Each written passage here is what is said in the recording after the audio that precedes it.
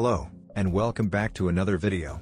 This is the third episode of story in which Naruto is grandson of Madara Uchiha. Naruto learns of this when his Sharingan activates. Let's see how Naruto Uzumaki Uchiha takes world by storm.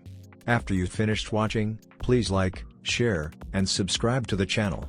Let's get started. We've received a hidden message in an invoice from Kuba Town. They export iron to us to craft shinobi tools. They are currently suffering attacks to steal refined iron before they send it out. Evaluate the situation, act as necessary. It is not a smart idea to steal from one of the big five nations. Kuba Town is but one of many sources of Konoha's iron within the High no Kuni, but one does not simply steal from Konoha without retribution. If the culprit refused to cooperate and leave town for good, well, they wouldn't be lasting much longer. This is Team 7's 5th C-rank mission. Thankfully none of the C-rank missions they have done since Nami no Kuni have been particularly dramatic or dangerous. Mostly actual escort missions, with one valuable stolen item retrieval thrown in too. The town is only a day away from Konoha, and Team 7 quickly questions the residents to understand what's happening. Bandits have killed 2 townsfolk for resisting and they return every week to collect the majority of the iron that is mined. They do not wear any markings that denote them as operatives of a village, although a village may be buying the resource that they're stealing. Naruto and Sasuke have proven that they are capable of working on their own, so Kakashi tells them to let loose if the culprits decide they can take on a unit from Konoha. Unfortunately, hungry men are desperate men and the desperation of the bandits tells them that they are not laying siege out of greed, but for survival. 30 bandits are the entourage of one man that appears to be running the gig, and they arrive in town a few days after Team 7 does. Kakashi attempts to negotiate. He tells them to return home as hunters of meat and as farmers or craftsmen. We don't have a choice. Our lord the middle-aged leader spits the word. Is arming shinobi. Shinobi that kidnap our children if we don't comply. He and his bandit allies arm themselves with mediocre weaponry. I am sorry, then. Kakashi draws a kunai. The boys immediately set to work dividing the bandits into groups by each killing a few of those who rushed at the start. Sakura herds them apart by projecting a genjutsu of an earth wall between them. She uses this on a few bandits in the middle to cause them to bump into the others who are looking for an alternate route. Anyone who gets past the 2 boys is met by Kakashi who defeats them swiftly and cleanly. Naruto's group attempts to flank around a building so he pursues. He is too quick for them to really compete. He cuts them down one by one until he is left with a lone survivor. A survivor who is out of view of anyone, gifting the boy with a golden opportunity. It is unfortunate that you didn't run. Naruto comments with little emotion. With Kakashi out of sight, he is free to practice. The bandit quivers in fear and his body refuses to respond. His disbelief at this many people being slaughtered by one person is palpable. He sees Naruto's dark hair flick in the wind, and the right eye hidden under his hair is glowing crimson. Tsukuyomi. Yusuke wakes in a realm of pure white. He tries to take a step but it is disorienting and he's unsure of how much of the surface he is walking on is the floor. He puts aside the queasy feeling and looks up to see the same shinobi boy with the red eye. Only this time he has 2. He lunges at the boy with his blade. You won't be needing that in here. The child says, waving his hand. Yusuke feels and sees the weapon vanish in his hand. His confusion lasts a second before his survival instinct kicks in and he charges the boy with his bare hands instead. A staircase forms between them and the boy is elevated several meters higher than him. He doesn't have time to think. All he can do is attack and hope that this shinobi trick ends. He runs up the stairs before one of them collapses like an eggshell and he finds himself falling into a dark abyss. He can't help the panic scream that tears itself from his throat. The feel of his velocity increases his fear tenfold. He closes his eyes and then immediately lands in a pool of water. Yusuke opens his eyes and tries to get his bearing. He can only see red and can feel the thick liquid cold on his skin. Blood. He claws his way through the blood to the surface. When he reaches it, he takes long gasps of air under a red moon. Yusuke realizes that his hands aren't going back under the blood and using this newfound knowledge, pulls himself on top of the surface and stands up. Yusuke looks at the moon and the starry sky around it and starts to hyperventilate. Show yourself. Yusuke screams at the moon. Very well. A deep and loud rendition of the child's voice booms from everywhere. Out of the bloody sea rises a gargantuan version of the boy he locked eyes with. Blood drips off his long spikes of black hair, his eyes are unholy crimson lanterns. The monster stops with its shoulders just out of the liquid. Where am I? What do you want from me? Yusuke demands fearfully. I desire only your knowledge. Your life possesses little value to me. Give me the knowledge I seek, and I shall free you from this realm in which I control all things. Shinobi tricks. We were told what to do if we get caught in one of your illusions. Yusuke realizes what he is seeing and pulls out his pocket knife. Yusuke stabs himself in the thigh, and knows that the immense pain will knock him out of the illusion. Only it didn't. Genjutsu still operate under the sensations that the victim is feeling in reality. Even a strong breeze and the sensation it causes on your skin may be enough to remove you from an illusion. But you are no longer in your own reality. You exist in my realm now. A realm in which I am God. 9 etheric light blue skeleton hands rise up out of the blood lake. In the fist of each were real skeletons, one hadn't even fully rotted away yet. Skin forms on some of their faces, long tongues hang out of slack jaws and muscles and flesh refuse to stick to the bones, falling into the blood. One of them manages to form a functioning but rotten head and speaks to Yusuke in a gurgling voice that echoes several times. Kill me. Yusuke threw up violently. These are the ones who came before you. They did not give me the knowledge that I desired, so I have kept them here for eternity. Their minds have deteriorated so much that they no longer remember the secrets that I wanted. This is a fate you will share, if you refuse to bequeath upon me the circumstances of your task. Why does that matter to you? Yusuke thinks hard. He has a ticket to get out of this dimension. The boy you saw in your reality is my vessel in which I can manipulate the existence of mortals. He has been given a task by his village leader to assess your group's efforts. It is my thanks to him for allowing me to share his body that I obtain the knowledge that he desires. I will tell you anything you desire. Yusuke drops to his knees in front of this god. Then we have an accord. Allow me to restore your wound. In return for your secrets, I shall return you to the mortal plane. Yusuke's leg healed and even the pants he is wearing stitched shut as if they were never damaged. We have a handler, he's a shinobi. Yusuke starts off with white hair, 2 dots on his forehead. He killed 10 people in our village with bones that came out of his body. He told us to get resources by any means necessary or he'd kill our families. He's apparently a part of some new ninja village in Oto no Kuni. The lord of our land is giving the leader of this new village free reign to do whatever he pleases to us. Naruto cancels the Tsukuyomi early. The stress on Yusuke's chakra network and mind puts him in a vegetative state. He took pity on the bandit and stabbed a kunai into his head. Even if the man could be saved, he'd seen too much. His playing God act had fooled the man well enough to make him spill everything he knew about this new village. It wasn't much but still something. Only a second had passed on the outside while his Tsukuyomi took place, which gives him enough time to fake a scenario in which he could have reasonably extracted that information. He waits a few minutes before returning to the main group and joins Sakura's defense for the townsfolk that they'd ordered to stay indoors and barricade up. Sasuke makes short work of the remaining bandits before Kakashi stops him from killing the last one. This is our chance to practice what we talked about. The Jounin ties up the survivor. Kakashi, Naruto steps in with his new tale of half-truth. I had one of the bandits tell me why they're doing this. They have a shinobi coercing them into stealing the iron. He said if they didn't cooperate, the shinobi would murder their families. This shinobi is using normal people to do his dirty work.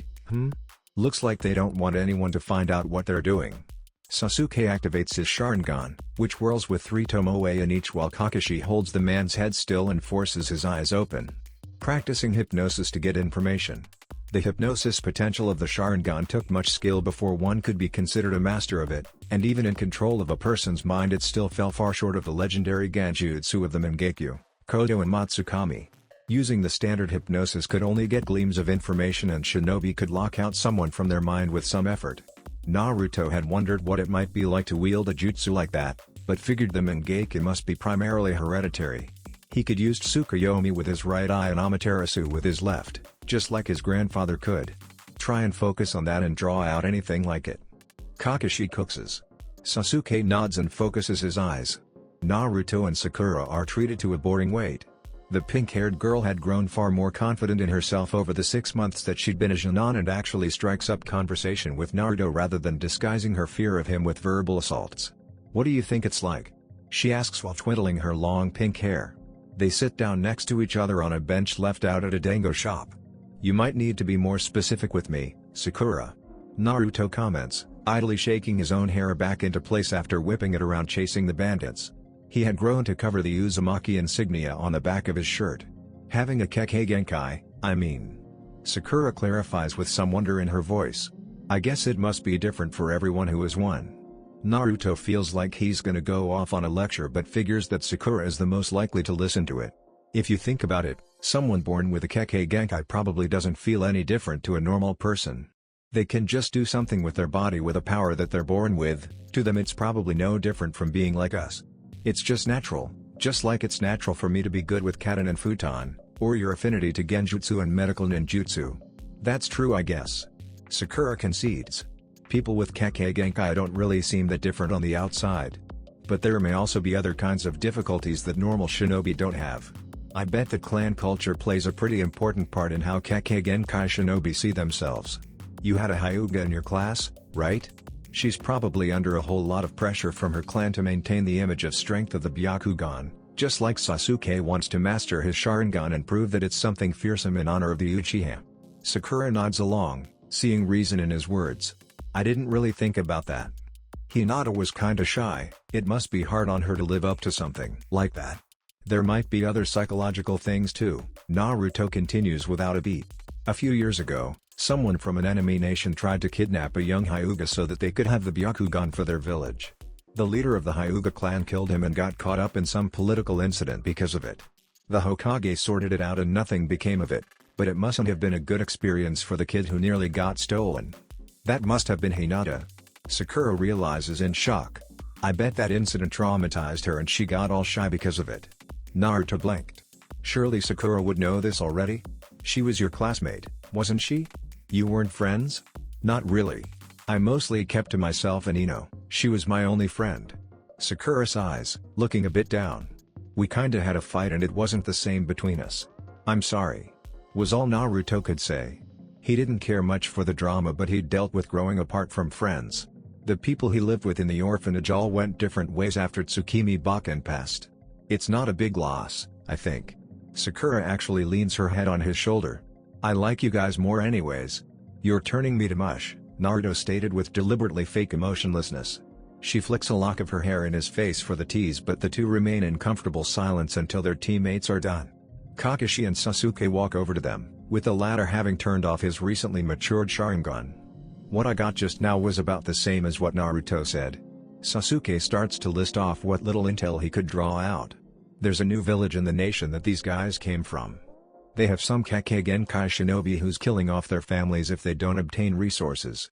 Kakashi speaks up with his opinion of the matter. It was sloppy.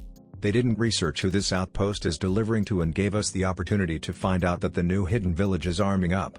Hokage-sama will want to hear this. The Jounin looks around. Well, that's still another successful C rank. Good job everyone. Let's give the all clear to these people and head back to Konoha. Team 7 is sassed with questions about what if they come back? And are we really safe? And the short answer to each is we need to return so that Hokage-sama can send out border guards. Naruto is suspicious about why Kakashi didn't ask how he got the lead in the first place. Kakashi stood before three of Konoha's most experienced shinobi. Tsunade, Homura and Koharu are seated on higher perches compared to the other shinobi in the room. Behind Kakashi, many Jounin and high-ranking affiliates are seated before the venerable elders and Hokage. Only the most trusted operatives of every faction in Konoha were permitted to be present. Loyal and talented many may be, but Tsunade had only a handful of people that she can trust explicitly and to not leak intel unintentionally or otherwise. Kakashi had finished his report on the clear armament tactics employed. Another hidden village? This is most troubling. Homura pushes up his spectacles on his nose, looking dignified and stern. Koharu nods along. This work is quite sloppy. Whoever is pulling the strings does not expect their nation to last long. It is clear that this village in Tano-kuni is serving a singular and temporary purpose. We must investigate immediately. They have even changed the name of the hosting nation. The daimyo has elected to rename it to Oto-no-kuni. I believe the initial investigation should be into daimyo's court and who he interacts with that may be causing this sudden armament. Homura suggests reasonably. We have also received this as of a week ago. Tsunade plants a stack of folders on the table. This is all of the Chunin exam nominees from participating nations. One of them is listed as Otogakuer. They're only sending one team, but the timing is too suspicious to ignore. I'll send word to my best agent to discover as much as they can, as soon as possible. You mean? Koharu almost looked disapproving for a moment before shrugging it off. Every field team is to report any mention of Otogakuer or attempts of armament. Understood. is the chorus of affirmatives from the elites. Alright, all of you with Jinan teams remain behind. Those of you leaving, please let the Jinan team leaders know they're expected to enter in 10 minutes. No sooner.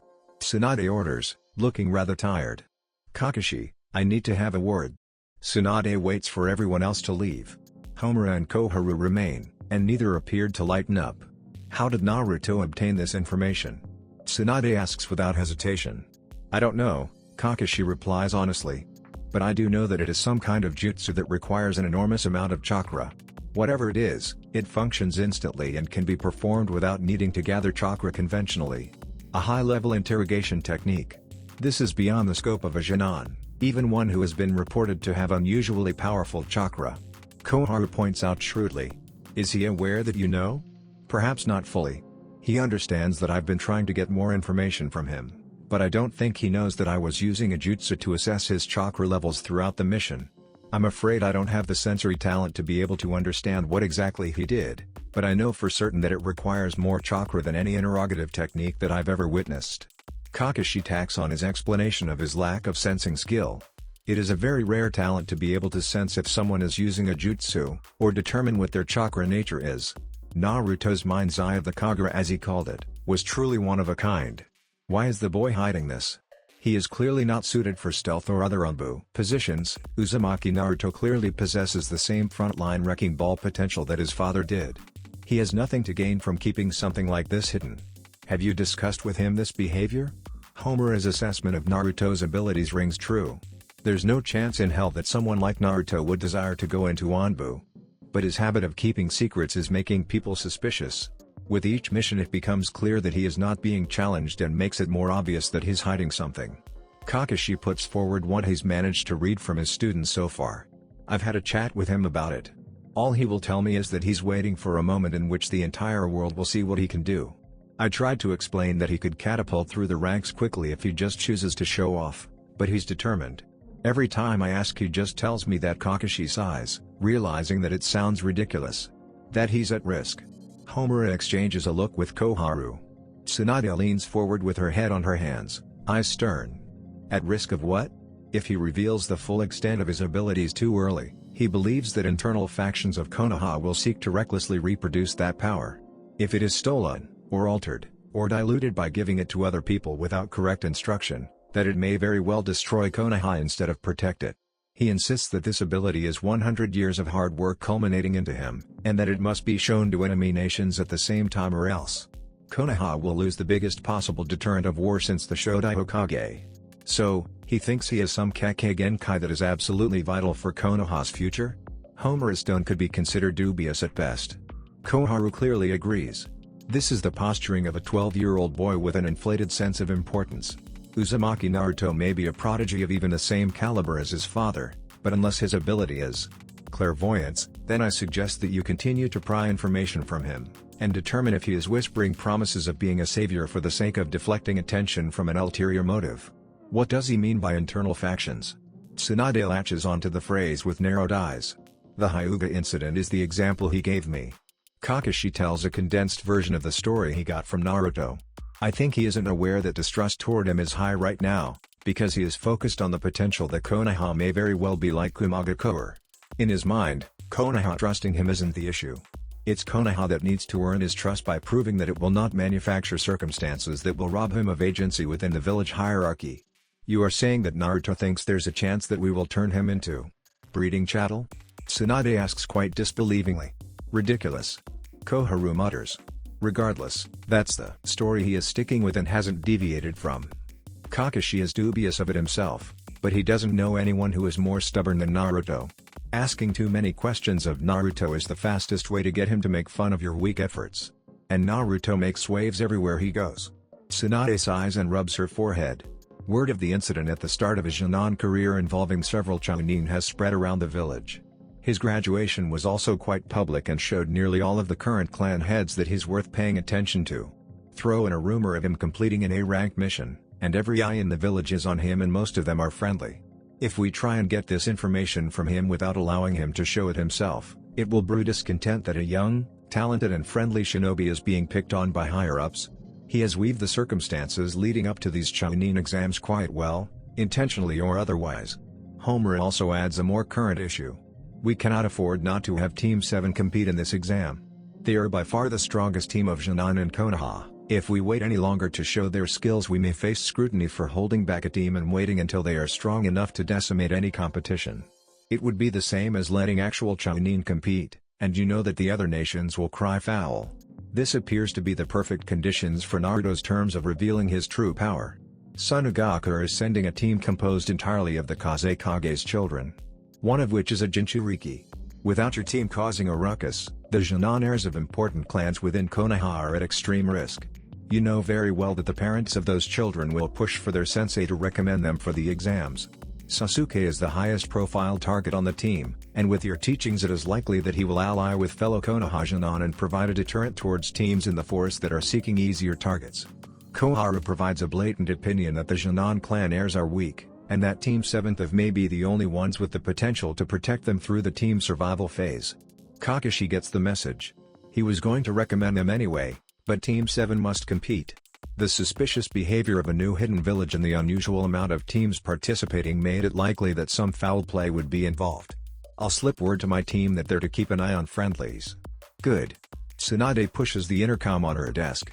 Send in everyone who's here for Chunin exam purposes. Finally. Kakashi thought tiredly. The evening is nearly over and he could soon flee to the comforts of home. His screaming, tantrum-throwing little ray of sunshine is a preferable alternative to being stuck in a meeting. Alright Uzumaki-kun, I'll add these to your medical record for later review. Same as the others. Thank you. I can't help but be curious, however. The doctor turns his chair and looks Naruto in the eye. I hope you understand. From the tests you've asked for over the past 5 months, I can easily see from the scans that you're developing new chakra pathways in your brain and to your eyes. Your vision and reflexes seem to be, well, improving. Then there's no cause for alarm? No. He shakes his head. I know that you must be up to something, but if you've found a way to do something like this, surely you must understand that whatever you're doing to yourself could help many people with impaired vision? Naruto nips that in the bud quickly. I can't tell you what I'm doing. What I can tell you, since you've been a good sport and presumably upholding my confidentiality, is to bet on me in the upcoming Chunin exams and you'll see for yourself what's happening to me. Confident, are we?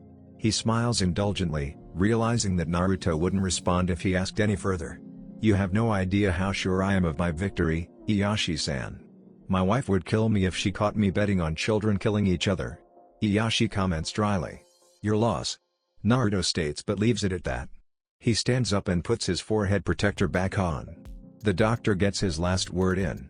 Please do be careful, Uzumaki-kun. I don't know what you're doing, but ninjutsu that affect the eyes and brain are no joke. Anything could go wrong if an unpracticed method of improvement is used. You don't have to worry. Naruto assures with no doubt in his voice. If all goes as planned over the Chunin exams, then you probably won't be seeing me again anyways. Ieyashi raises a brow but doesn't push it. Well, I'll cheer you on for your imminent victory. He indulges the bravado of the black-haired boy. Remember what I said. Naruto slowly shuts the door behind him. Bet on me. Naruto knows for certain that he will not be defeated by anyone during these exams. He would be able to use his full power freely and without restraint. The doctor all but confirmed this over the past few months of him having awoken the Mangekyou Sharingan. At first he'd been extremely hesitant to use it at all. Naruto used it sparingly for practice purposes only and started booking in monthly tests to see if the enzymes in his brain released from using the Mangekyou were making his eyesight deteriorate.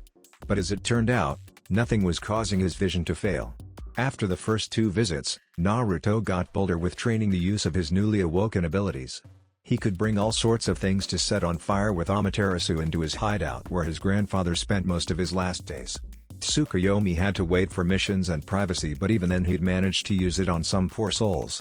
Naruto has no fear of losing the light in his eyes. Madara's meddling has ensured it will remain. That thought made him reflect on the stories and memories that the old man had imparted unto him. Madara had used Tsukuyomi on Naruto only once. The reason for him doing it had several purposes, chiefly among them was to explain with reason granted by experience Madara's hatred of the Senju, his distrust of Konoha's elite structure, the circumstances of his turn from Konoha and the Uchiha clan, and the new secrets of the Sharingan that no other man had discovered before him. These memories given to him using Tsukuyomi, however, were not Naruto's. He didn't experience them, and while he could feel the burning rage and hate, The woozy desperation, and intoxicative love, these were not his memories and therefore took some concentration to bring back out. Madara had only used it once to ensure that Naruto's brain wouldn't start adjusting to match Madara's. If too much information were imparted directly to Naruto's mind, the body and brain would follow suit as best as it could and the then 11-year-old boy would inevitably have a mental breakdown and identity crisis. 72 hours is already a long time to be in another person's sandals. A little boy would not be able to handle the strain. What still needed to be discovered is the reason for the fundamental differences in the development of his Sharingan compared to his grandfather. Uchiha Obito had been implanted and augmented using strange organic material. The matter functioned as replacements for his destroyed organs and limbs, and vitalized the body by cycling chakra from what remained of the implantee's body through new artificial pathways. The chakra sent to the Zetsu matter would return to Obito's real flesh, and since the Zetsu matter was created through cloning Hashirama's life force, the result would have the implantee gaining the characteristics of Hashirama's chakra. Obito had gained the ability to use a rudimentary form of the Mukuten Kekkei Genkai. His wounds began to heal rapidly, his chakra strength magnified and most importantly to the Uchiha, he didn't go blind from consistent use of the Mangekyo Sharingan. This led Naruto to believe that his immunity to blindness from using the Mangekyo is due to the powerful influence of the cells in his body that are similar to the Senju. The Uzumaki are a walking Kekkei Genkai. The primary trait of their clan is their world-renowned powerful chakra and life force. It affected them passively, it was not something that was activated like a dujutsu, or expressed through a unique nature transformation, or through the use of other bodily abilities such as turning into water or smoke or making bones come out of their bodies. Uzumaki chakra is raw power. Every Uzumaki was on a different level for any jutsu they use.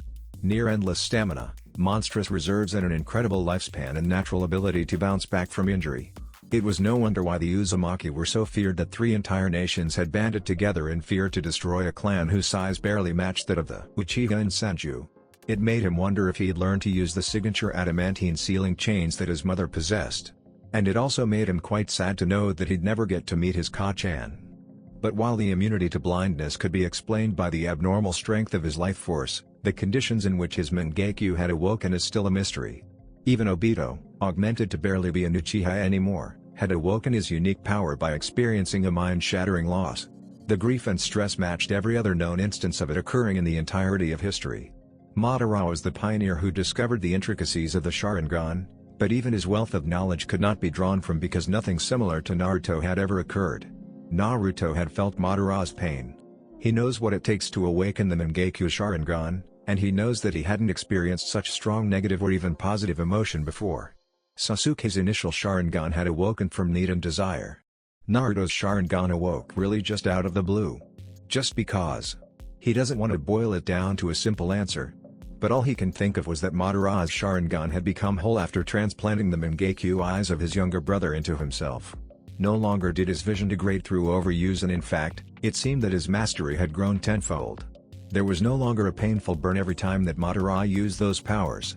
It was as if the Sharingan was always meant to be that way. At no point had any other person achieved the eternal Mangekyo Sharingan. Madara's augmenting himself using Hashirama's flesh may have made the change to his physiology permanent. So therefore, it stood to reason that his descendants would also possess the same different Sharingan. Could it be, like puberty which allowed for more bodily functions after it occurs in teenagers, that the innate dujutsu he was born with was simply ready to be used to this degree? That he had grown up enough that his body said yep, it's time for the next phase in your life. The thought makes him want to laugh. Waking up one day and spotting hairs on your chest and as if that were some rite of passage, you now had the Mangekyo Sharingan. It couldn't be that simple. Could it? In Kumagakure, Yondaime Reikage sat in his office, and the Jounin sensei and Jinan of the one team he was sending to the exams stood before him. 2 other elite and trusted Jounin joined in on the meeting. I'll be blunt, as he was wont to do. There is one Jinan team leaked from Konoha that is concerning. You may need to take efforts to avoid them until their abilities have been gauged successfully. It pained him to say that his strongest Jinan would need to watch out for Konoha Shinobi. The Jinan in question were silent before him. Kurunduru, a pair of talented swordsmen. They had proven adept in their 3-year tenure as Jinan, even catching the eye of other gifted Kumagakure shinobi. Daru had permitted them to receive additional teaching from anyone willing to offer. Like many shinobi in their village, they are both gifted in the use of Raiten to an abnormal degree. But the point of concern and reason for the meeting was Yu-Gi-Oh! Far exceeding the abilities of her teammates and peers, the 16-year-old is also the Jinchuriki of the Navy. The only reason the team had been refused entry into any Chunin exams was due to the slowly simmering spite from Konoha Shinobi for their disastrous attempt at kidnapping several years ago. Any mission that crossed paths with Konoha over the past few years always ended in vicious attacks. The diplomatic situation had only improved in the past year, but A didn't want to risk sending the best of the bunch to the exams only to be killed before they were ready. Reikage-sama? Drew is the team sensei and longtime diplomatic bodyguard for the village leader. Knowing the Reikage, Drew sees that if they're even being spoken to at all like this, then the Ondaime has reason for concern. Mabui, the assistant of the Reikage, is the one to list off the known details catalogued of the people of interest. Kotake Kakashi of the Sharingan has taken on 3 students. Even the weakest of his students has excelled under his tutelage. Haruno Sakura, age, 12. Civilian-born, but according to leaked documents, she is currently under evaluation to determine if she could be a candidate for apprenticeship under the God-Ime Hokage, Senjutsu Nade. The Genin turn to each other in disbelief. 12, and considered for apprenticeship under the Hokage? Uchiha Sasuke, age, 12. Only known survivor of the Uchiha incident, younger brother of S-rank missing nin, Uchiha Itachi. Records show that he awoke the Sharingan during his academy graduation exam and has grown experience in its use from the teachings of his sensei. The boy has proven prodigious and resourceful. His mastery of the Sharingan grows, as does his arsenal of ninjutsu. If he is even half as talented as his sensei and brother, it may prove extremely difficult to counter him. Neither of these sound that bad. Yugito speaks up, crossing her arms under her chest. They're talented, we get it. We still have 3 years on them. Do not underestimate potential enemies. A scolds crossly. Yugito should consider herself lucky he hadn't started shouting yet. Mabui speaks up before Yugito can complain again. The main point of concern is this boy. She pulls out a copy of the academy graduation photograph. Whoa. Gimme. Kuro seems very impressed by his looks. Uzumaki Naruto. Age, 12. Drew, C and Samui all look alarmed at the word Uzumaki, which does not go unnoticed by the Genin. Known to have fought 6 Konoha Chunin at once and 1 with Daijutsu alone. He possesses unnaturally potent chakra, of which is believed to nearly match the Hokage herself in density and capacity. He is known to use advanced Katen and Futon ninjutsu as well as the forbidden Kage Bunshin no Jutsu, of which he can perform to a degree that outclasses elite shinobi in Konoha. Quite the list of absurd claims, but the way Mabui read it off made it seem all too serious. You want us to avoid this crazy strong guy? Amoe rolls his lollipop around to speak without drooling. Drew answers for his Genin, already knowing full well the circumstances around this mystery student of Kakashi. It's not just a matter of avoiding him. He may actively decide to come after you if he notices your presence. Is he some bloodthirsty killer? Carol clearly wants to know more about this potential threat. That remains to be seen. Mabui replies clinically. But if the boy is aware of the history between Kumagakure and the Uzumaki clan, he may very well single you out for that reason alone. The history is lost on the youngest people in the room, and they seemed a bit too nervous to ask outright. Ace stood up and faced the window. He peered out onto his village. The decisions made by him and his forebears over the past 40 years had severely affected national relations towards Kumagakure, and his people were struggling because of it.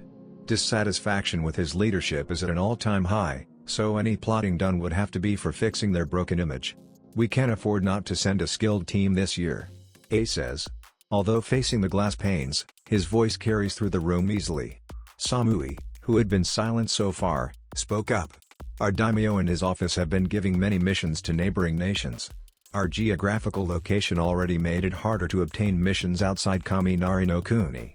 The Sundaime Reikage attempted to fix this nearly 40 years ago by creating an alliance to attack the number 1 village who was accepting these redirected missions. The purpose of the attack was threefold: destroy Konohagakure's number 1 ally, reobtain the mission contracts sent to Uzushio-gakure, and to destroy the Uzumaki clan, said to rival and in some ways surpass the Senju and Uchiha clans. The aftermath objective was to obtain surviving members of the Uzumaki clan for Kumagakure, but every attempt has so far failed. We must set the example that Kumagakure shinobi are capable. C, diplomatic bodyguard, spoke up. The destruction of Uzushio-gakure was a severe hit on our reputation but served its greater goal of returning those contracts. The lasting effect on our reputation has not ceased however, and we no longer have a leg to stand on. We cannot take the same immoral choice by attacking another nation and committing genocide again. If we do, it will be the end of our village. Samui continues the impromptu history lesson. Konoha waged war against all three nations that attacked Uzumaki. Against Uzu, we had the element of surprise and the entire shinobi force of 3 villages, and we still nearly lost.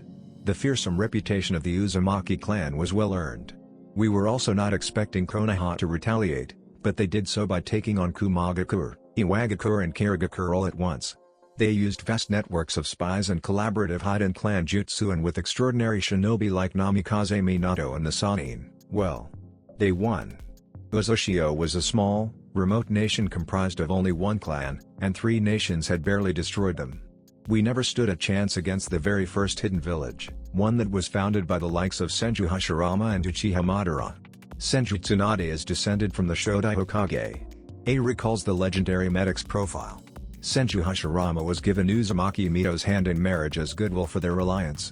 This makes Tsunade part Uzumaki, and you are guaranteed that a woman as vicious as her has not forgotten what we have done. That much was proven after our attempted abduction of the Hyuga clan heiress. And before that, one Uzumaki Kushina was sent to Konohagakure before the destruction of her village. We attempted to abduct her as well, but she killed 19 captors single-handedly before she was officially rescued and recovered by Namikaze Minato. The remaining member of that squad was tortured by her before being released. He had to make his way back to a spy hideout with broken bones before giving his report and then killing himself from the trauma. Kushina was the only living Uzumaki in Konoha at this time, so it is likely that Uzumaki Naruto is her son. The 3 Jonin looked significantly nervous and looked ready to sweat. This is starting to sound like suicide. Yugito gives her quiet opinion. Kumo's reputation must be rebuilt from the ground up. Samui gives her calculated assessment. Ordinarily, we wouldn't divulge this kind of information openly, least of all to Jonin. However, we need you to have the best conceivable chance at being successful enough that you make it to a round in which your fighting prowess will be publicly visible to any fledgling lords looking to hire shinobi. You 3 are the strongest Jonin in the village, and we can't risk sending any more teams when we're already struggling. If we send weaker teams, they may be hunted just for sport, and it will reflect poorly on Kumagakure that only 1 team out of many are capable shinobi. We only tell you this information so that you understand how in danger you are, and also how much not just you, but all of Kumagakure has to lose by not competing at all. A divulges sternly. We need at least 1 team to test the waters as our first reappearance into the exam since the Hyuga incident. I would have liked to keep those parts of our history buried, but we are on the cusp of dying quietly in the night. We need to have a strong public team. Any later in the daimyo may just hand off the rest of our contracts. To everyone in the room, the message is clear. They don't have a choice. For the good of the village, they must compete and get as far as conceivably possible while a monster was potentially hunting them. It's a very bad situation to be in and the first of this kind of caliber for their team.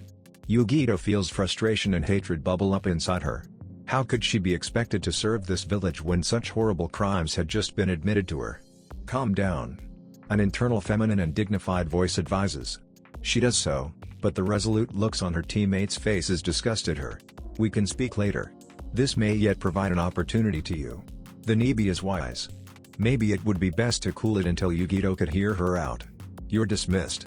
A states, sitting back down at his desk with the near-perpetual scowl he'd worn for nearly a decade now. The Jonin leave and the Raikage is left with his closest Jounin.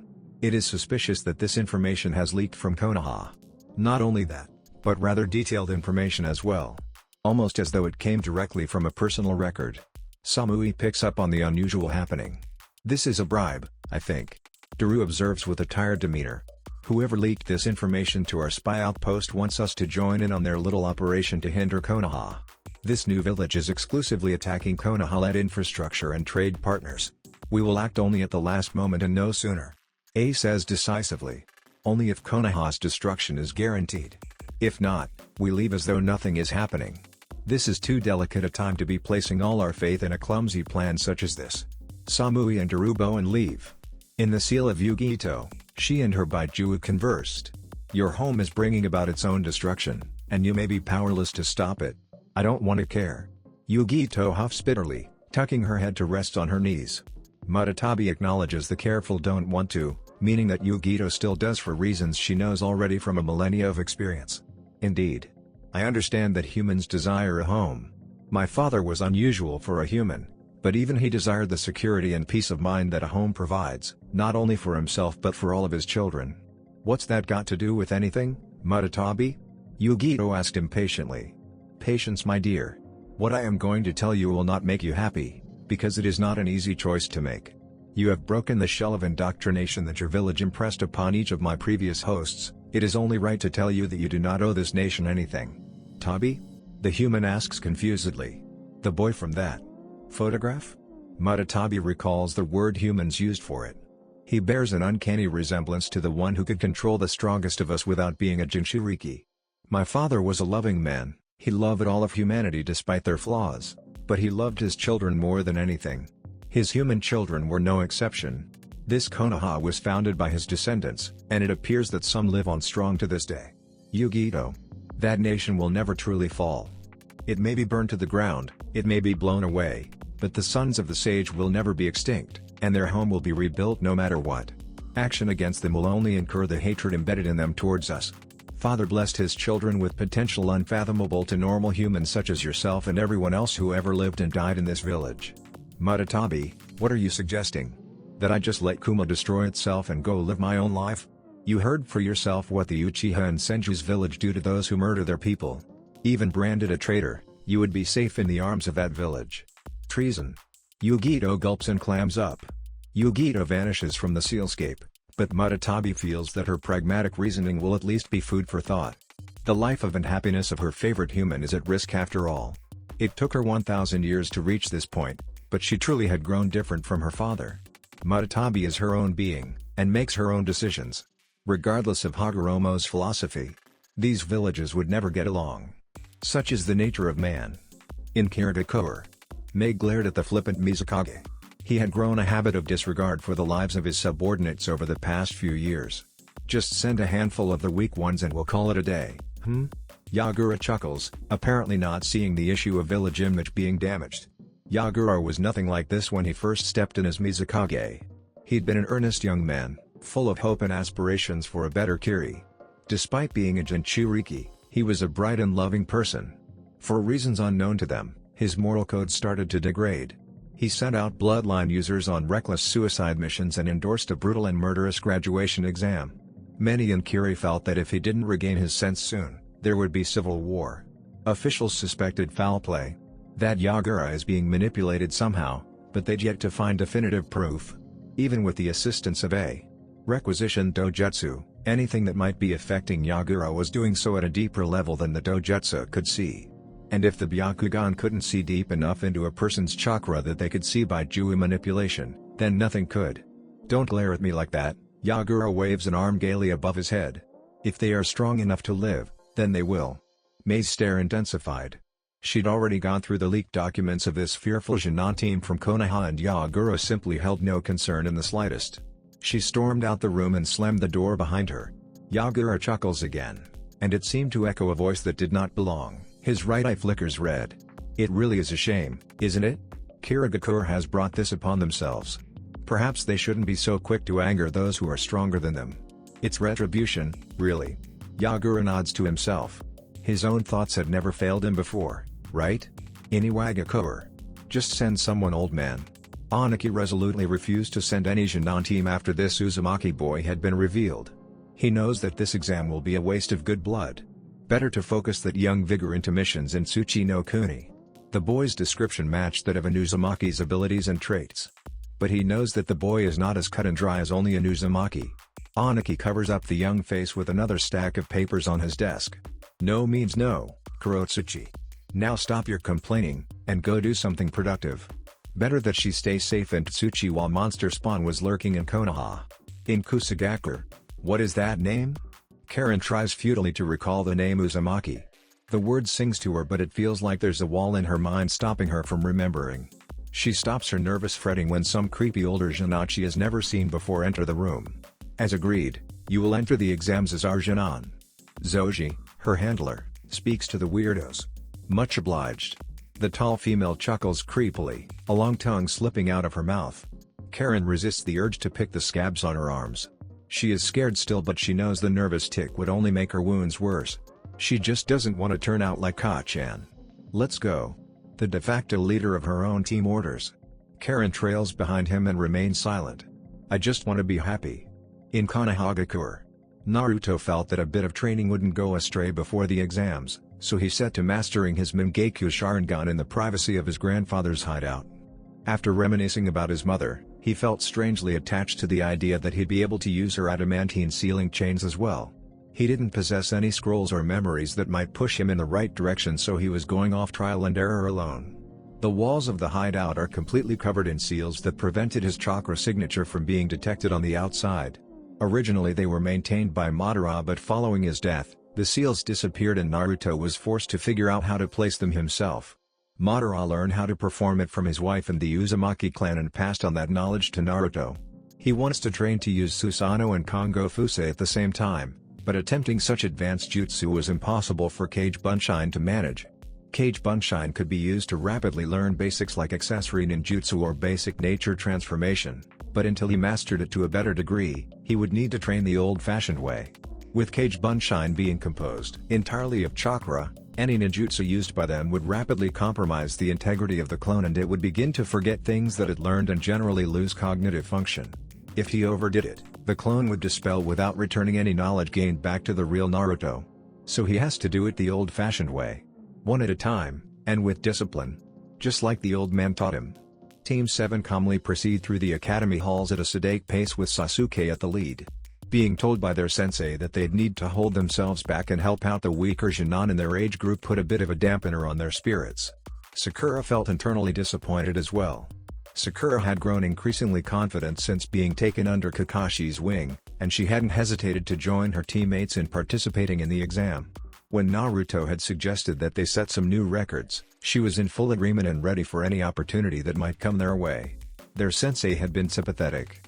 He ultimately spent a good amount of time explaining that the majority of Genin from their graduating class were clan heirs with little ambition for growing stronger at present, but are still important to the village as a whole due to their significant potential in clan-related Hiden Jutsu. The more people performing Hiden Jutsu, the more effective their teams would be in the grand scheme of the village. Weak they may be, but still stronger than the average Genin team, and that made all the difference. Sasuke had rightly been of the mind that the Chunin exams are a competition. A crucible to determine who is fit to become a Chunin, and that the other teams should damn well earn their right to compete instead of expecting assistance from those who put the hard work in to succeed. Naruto is a bit more in tune with the big picture, and cools Sasuke off with an acknowledgement that Team 7 are freaks of nature and clearly more powerful than anyone else Konoha has to offer in the way of Genin. He follows it up with an agreement that the clan heirs should not be competing if they require help, but doesn't reiterate Kakashi's point of them having strong potential. He instead insists that maybe they didn't have all the information, and perhaps their parents were pushing for them to compete in order to wise them up to the brutal reality of Shinobi that they hadn't seen in an entire 6 months of being Genin. The pink-haired girl had been thoughtful at that. Maybe it isn't the fault of the clans or even the Genin, but of their teachers instead. Sakura didn't know where they would be without Kakashi-sensei, but maybe she would see if they met their fellow graduates. Who else could claim having the legendary copy Nin as their teacher, after all? "You there? Please wait." A boyish voice speaks to Sasuke as they pass more and more loitering Genin. Sakura snaps out of her thoughts and sees another Konoha team. One of the boys wore a green jumpsuit and had the thickest eyebrows she'd ever seen. The boy next to him looked comparatively less eccentric but held the characteristic pale eyes of the Hyuga clan. An exasperated-looking girl stood behind them. She nearly grins when Sasuke starts to walk slightly faster. He is clearly trying to ignore the weird green guy and is seemingly giving the impression that the stranger must be talking to someone else. After 6 months, she has developed an understanding that there are very few people that Sasuke is willing to stop for in the street, and it's obvious that he's tired of sycophants talking him up and bullies attempting to establish a misplaced and unearned sense of superiority. Bullcut frowns and steps in front of Sasuke. "Sasuke-san." The boy is cut off when Naruto steps up and lightly pushes him out of the way. "Uchiha-sama will not be taking questions at this time. You may direct inquiries to his agent, Hatake Kakashi. Move along, young man." Sakura can't help the snicker that escapes her. "Just leave them alone, Lee." The girl with her hair done in buns says with a sigh. "Don't bait, Naruto. Let's just get on with it." Sasuke is in no mood to play around with strangers. The Hyuga boy steps in this time. He seems to be more mild-mannered than Lee. "My apologies for my teammate, he can be quite eccentric." I am Hyuga Neji. The one in green is Rock Lee, and she's Tenten. Yo! Tenten gives a jaunty wave. Nice to meet you. Sakura's eyes flitter to Naruto, and she sees a frown under his bangs at the presence of the Hyuga. Neji continues like he hasn't noticed. What Lee was trying to get at is, as fellow Konoha Nan, it would be nice to watch each other's backs throughout the exam. There are more participants than ever from other nations, and it would be wise to ally in case they attempt to team up against us as they have done in the past. Sakura and Sasuke immediately turn to Naruto, whose serious gaze is unsettling to the other Jonin. His clan is scared that the Kumagakure Jonin are going to make another attempt on the Byakugan. Naruto translates stoically. And he seems clued in as to why I might want to team up as well. Neji looks slightly sheepish at the accurate guess. Well, that's one way to put it. But yes, the Hyuga clan has expressed concern that unscrupulous factions that are competing this time won't be able to behave themselves. I was also told of the extensive criminal history of those nations against the Uzumaki clan. Uzumaki clan? Sakura mouthed to Sasuke, who seemed equally unsure. You don't seem as stuck up as the other Hyuga. Sasuke comments instead. Sakura feels that this particular assessment is true. There are too many snobby Hyuga in the village. Hinata not included. The influence of my father, I assure you. Neji's smile is kind and disarming. It clearly takes no effect on Naruto. He remains stern and focused. Well, I don't see why not. Sakura looks up at Naruto, deferring to him as the de facto leader of the team. No. Naruto refuses. Neji, Lee and Tenten all blink. As do Sakura and Sasuke. No? Naruto turns on his foot and heads in the direction they're meant to meet Kakashi. His teammates are puzzled but make no fuss for now. Lee springs in front of Naruto, stopping him from walking again. I dislike it when geniuses underestimate others. Lee states fiercely. Presumptuous of you to believe that we are underestimating you. Naruto looks down at Lee, who is a bit shorter than he is. Then why do you protest an alliance? Do you somehow believe that we would hold you back? Naruto remains cool-headed as usual when dealing with people like this. Don't put words in my mouth. We aren't obligated to give you an answer, either. Sakura admires Naruto's confidence. This Lee is huge for a Jonin, and the green spandex makes his muscle stand out even more. But Naruto is brave and decisive, and it doesn't hurt that Naruto is taller and just as built under the loose shirts he usually wears. She knows that Naruto would probably be more cooperative if Lee hadn't annoyed him, but giving the situation even a second thought made her understand that their secondary task in the exam should be kept on the down low. If more people know, it's more likely that the information would spread around. And information being passed around in a village full of foreign diplomats and competing shinobi about the weakness of the current generation of valued clan heirs would be very, very bad. Let's just go. Sasuke suggests tactfully, but the annoyance at the current situation combined with their orders had bled into his voice. Lee scowls at him, and Sakura's shoulders stiffen. From experience, that look meant impending attack. Without warning, Lee drops low to the floor and sends a blurring kick at Sasuke's stomach. Before it connects, another figure in green catches the kick in his hand and punches Lee hard enough to send him tumbling down the hallway. Lee. The newcomer thunders at the nuisance Jonin. Guy-sensei. Tenten looks rather relieved. Guy turns to Team 7 and in great contrast to his demeanor when stopping Lee, smiles brightly and offers them a thumbs up. Kakashi's Jonin. Guy booms in joy, making Sakura reel back at the volume. It's wonderful to know that my eternal rival has taught such disciplined students. Hi. Sakura replies weakly, weirded out by how similar the sensei is to his student, along with the creepy eyebrows. Guy doesn't notice and instead hurries them along. I must exercise my own discipline on my misbehaving Jonin. You must hurry along. Kakashi is waiting for you. And without another word, he storms down the hall and picks up Lee. Neji and Tenten chase after without a glance back at Team 7. What the hell? Is all Sakura can say. They meet with Kakashi but a minute later, who gives them the spiel about being unable to compete if even one of them didn't show. He gives them unwanted pats on their heads and reminds them of their standing orders to help the other Jonin. They each receive a slip of paper with which seat they'll be required to sit in and sends them on their way. He just smiles when Naruto asks if they could sabotage the clan heirs to prevent them from competing at all. Naruto leads his team into the examination room. He can feel several powerful chakra sources inside. It makes him glad to know that his holding out on revealing his abilities would be rewarded with strong opponents going forward. No Chunin exam is complete without some international competition. He opens the door and as he expected, There are dozens upon dozens of Jinan, ages varying greatly though most of them appeared to be barely older than he is. They enter and take in their surroundings. Naruto spots the Konoha Jinan their age loitering at the back of the room with the Hokage's assistant. Slowly, all eyes in the room turn towards Team 7. Naruto takes note of the recognition on their faces, as if somehow these people that he'd never seen before knew of not only him, but Sasuke and Sakura too. Their killing intent rolls in on them. Predictably, it takes no effect on him. It is tremendous in only how pathetic their combined effort to intimidate them is. But Sakura trembles beside him. Her chakra is disturbed and she is frightened by the psychological assault. Sasuke is unnerved but handles it better than their teammate does. Killing intent is essentially a jutsu. It affects humans on the base level of fear. It is an animalistic technique to weaken the prey of its user. By expressing their chakra into the environment or directly at a person instead of using it to take control and place them in genjutsu, it affects its victim by overloading their senses. Just as one might see a dangerous beast or hear its roar, killing intent abuses its victim's desire for survival. If they cannot conquer their fear, they will remain rooted and vulnerable. If they overcome their fear, they live on stronger than ever. But being the victim of the combined killing intent of many more experienced Shinan is not fair play, and it makes Naruto angry that Sakura is the undeserving victim of an attack like this. She hasn't done anything that might warrant a cowardly assault.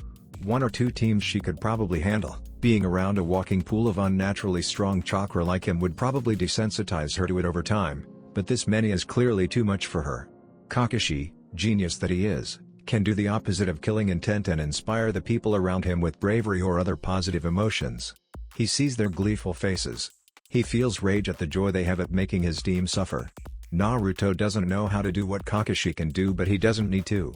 These children have clearly never met an animal with teeth sharper than all of theirs united. Yugito sees the pink-haired girl crack first and joins in the group project with a bit of her own killing intent. This is not a good idea. Do not provoke that boy. Chunin exams are team missions. If one of them leaves, then we won't have to deal with the other two. Yugito tries to reason with her by Juo. It scares her that this Uzumaki Naruto is completely unaffected by all of it. But if they can make the girl back out. Naruto narrows his eyes at all of them. Yugito sees the floorboards beneath his feet crack first. A near-invisible explosion of chakra blasts out of him and washes over the entirety of the room. She swallows thickly when she realizes that the floor broke from just releasing his chakra and that the retaliation hasn't actually hit her senses yet. Then, she feels fear. She feels her eyes strain and blur. She feels raw hatred rake across her skin. She feels her lungs seize and fail to take in air. Yugito breaks out in a cold sweat, and any effort she was using to expel the killing intent goes to regaining control over her body. I warned you, Yugito. Karen doesn't even know how to use killing intent, but sure as hell sense it being used. She doesn't even attempt to resonate her chakra with the vile attempt at getting this team to quit. The monster Jinan gives back far more than everyone else gives him. She feels the chakra wash over her, but it is careful around her. Cautious, and prodding her skin tentatively as if to test that she's real. She raises her head when she realizes that she alone is unaffected by the display of intimidating power. Looking around, she sees that every other person in the room save for the creep imposter from Otto and the gourd guy from Suna are being affected intensely. The Otto hag pokes her tongue out and gives a shiver-inducing flick, and gourd guy looks about ready to froth at the mouth. Figures that two unstable freaks wouldn't sense imminent danger. Many of them are shaking violently. Some even have tears streaming out of clenched eyes, and though the room is mostly silent, there are noises of strain coming from throats as they clearly struggle to breath. Why aren't you hurting me? Karen wants to ask when she looks at the monster. She sees him staring back at her. Oh dear. Before she can hyperventilate at the thought of catching his attention, a huge plume of smoke erupts at the front of the room. A giant scarred guy and a number of other ranked Konoha shinobi stand at the ready behind him. The scarred guy puts a hand on Naruto's shoulder, and in an instant, the killing intent vanishes. Karen breathes a sigh of relief. Naruto smirks openly when he feels the proctor reach out to him. He cuts the stream of the most vile emotions he can muster and turns to the man. Funny how you step in now. Where were you a moment ago when my teammate was being assaulted by this foreign trash? The proctor looks down at him unnamed. I don't want my exam ruined before it even starts. Now find your seat. He gives a weak explanation for his choice. HMN. I don't see how that's my problem. Maybe I'll give them a little more? Thin out the weaklings so that you don't have to. Naruto's voice carries through the silence, and he is happy to note that every other Jinan in the room recoils at the suggestion. If you do, I will disqualify you. Now take your seat, Jinan. Come on, Naruto. Sakura tugs him arm nervously, and at least leads him into the gap between desks before he can indulge in another psychotic urge. You're gonna rip my arm off. Naruto lies in an almost playful way. Sakura shakes her head at him and whispers before they part ways. Thanks, Naruto. See you when we finish this stage. Naruto gives her a nod. Sasuke looks like he wants to say something to him, and the muscles around his eyes give away that he isn't going to take no for an answer if he does ask. But since they're short on time, Sasuke just swallows the bitter pill and looks as though he is resolved to ask later. Sasuke gives him a reluctant nod and separates as well. Naruto passes aisle after aisle and feels several peculiar chakra types on the way to his seat. Their chakra is so wildly different from normal humans that it is practically a broadcast to say look at me. The two that stand out the most must be Jinchuriki. How exciting. It's almost enough to get his blood pumping at the thought of fighting and defeating a Jinchuriki for the first public display of his true power. They would be useful tools in springing him up into the role of international deterrent. But even more interesting to him are the two seemingly human sources of immensely strong chakra in the room. One of them is unlike any other human being. It pings at him as though it is normal, but normal chakra doesn't grow that powerful without extreme effort or tampering of the body. This Kuzujinan has a foul tinge to her chakra, and it is a messy conglomerate of several weaker chakra types that seem to serve symbiotically to the host chakra, so his bet is on the latter reason. And of course, the girl with red hair. He knows that kind of chakra from Madara's memories. She is Uzumaki. His family. Naruto resolves to poach her at the first possible opportunity. He'll take on all of Kuzo alone if he has to. They will not keep you from me. Naruto is rather proud of his solution to the don't get caught cheating exam. He does eventually realize that the exam can be beaten without so much as answering a single question, but that felt weak. Escaping from participating due to a technicality didn't seem like it was in the spirit of the exam. True, this stage isn't about cheating or espionage. It is about nerve and how well the Jinan could perform under pressure. The fact of the matter is, Team 7 would not break from an exam like this, and it wouldn't be rewarding to him if he just sat still for an hour waiting to win. But Naruto didn't have access to the tool that he would normally use, the Sharingan. He fully acknowledges that he isn't a reconnaissance-type shinobi. What would happen the day that he does need to pull some slight trick that the Sharingan couldn't do? Unlikely, but Naruto feels that the challenge of cheating without getting caught might give him a moment of inspiration that could help him in the future. He invents an ninjutsu on the spot. He fails several times trying to get it to work, but he isn't caught doing it once. Sogo Kawarimi no Jutsu Mutual Substitution Technique. The act of replacing an object with another in an altered form of the academy-taught Kawarimi no Jutsu. Instead of using himself as the replacer, he would use two separate objects. After training in the use of his Kongo Fusa, he has gained better chakra control. The increased control allows him to reach out to another object and imprint it with his chakra, the same way one would to a log to substitute themselves with. The chakra is very thin and invisible to non-dojutsu wielders, and it is functionally the same as using genjutsu. He imprints his own paper and tries to swap it with another piece. Small as the paper is, the jutsu is significantly harder to use than the academy jutsu for the fact alone that he only just made it and has never practiced with it. Naruto does get it down eventually and swaps his paper with an indignant Rock Lee, who is seated several rows in front of him. The look on the annoying Jinan's face when he sees the blank paper with only a poorly drawn rendition of Naruto's face on it, truly made his day. An explosive introduction from the next proctor sends all of the remaining Jinan to the next stage of the exam. And so Team 7 finds itself waiting at the sign-in area for access to the 44th training ground, the Forest of Death. It's truly a sight to see. The entire forest is dark, blanketed with the foliage of massive trees. Wild birds sat on the surrounding chain-link fence, and the distinct noise of predatory animals from within could occasionally be heard. Pathetic. Naruto states openly but simply when all of the other Jinan give his team a wide berth. Naruto, Sasuke starts, and Naruto tries not to sigh at an impending interrogation. He instead goes for his immediate tactic when Sasuke is being annoying by being equally annoying. Wondering how I beat that test? Naruto's lips curl into a mocking rendition of smugness, as though he is some manga villain ready to spill the beans on his master plan. No. Sasuke shuts it down and looks too focused to jest with him. Rather boring to Naruto, who wants to maintain the good mood he's in for finally getting closer to a stage where he'd be able to use his Kekkei Genkai. Plus the happy feeling he had at inventing and using his own ninjutsu to beat the written test. Naruto just raises his brow and waves his hand in a get-on-with-it gesture, I want to know about the Uzumaki clan. Damn it. Naruto curses that idiot Hyuga for giving everyone a clue to chase about him. Sakura is clearly interested too after being reminded of it. But saving him from the trouble is the unusual Jinan from Kusagaku. Not his Uzumaki, but the one with the messy chakra. He can't tell it's a male or a female. Oh my. The Uzumaki clan? The mystery Jinan asks in a rhetorical way. It approaches them fearlessly, which alone is enough to make Naruto suspicious. Don't butt in. Sasuke dismisses the wanderer. Kukaku, so-called Konoha-kun. Kuzunin chuckles sickly. I am something of a historian, I cannot help but feel attracted to discussing a clan as legendary as the Uzumaki. It's rude to intrude, especially when you haven't introduced yourself. Maybe this Kuzunin would be useful in distracting Sasuke long enough until the exam started. Oh, I'm sure that won't matter in the forest. The perpetual smile doesn't fade from his face. HN. Sasuke grunts with a sneer.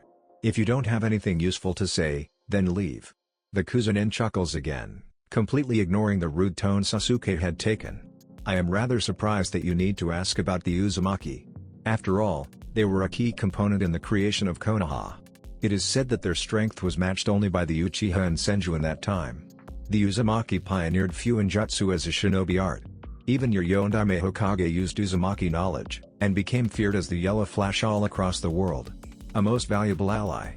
But even they were not immune to tragedy. All of their mythical strong chakra was not enough to stop them from being slaughtered. Naruto narrows his eyes at the wording used. It made that long week of fighting that the Uzumaki went through sound like a quiet death in the night. A kunai is slung through the air and slices the tag off the Kuzunin's sack. The Kuzunin doesn't so much as flinch, and instead smiles a little wider. Mitarashi Yonko, the proctor for this stage of the exam, looks none too pleased with being ignored in spite of the grin on her face. I think you'd better go back to your team, Kuza-chan. Anko's smile is disturbingly similar to the subject of her torment. Kukaku, of course Proctor-san.